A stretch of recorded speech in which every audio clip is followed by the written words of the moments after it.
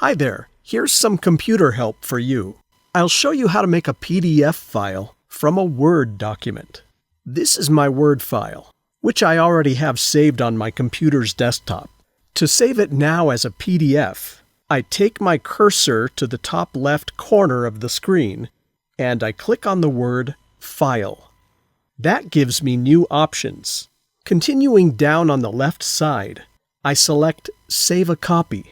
Now, in the top middle of the screen, I can see my file, which I named Extra Special Word Document. And you can see that it's saved on the desktop. In the field below the file name, you can see that the file is a Word document. I now click on the drop-down in that field, and I see a lot of different choices. I want PDF, which appears in the middle of the options. I select that, noticing that the file will be saved on my desktop.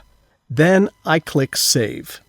Now my new PDF file pops to the front of my screen, and you can see that it is a PDF file. Thanks for watching. Please consider subscribing to my channel and giving this video a like. Have a great day.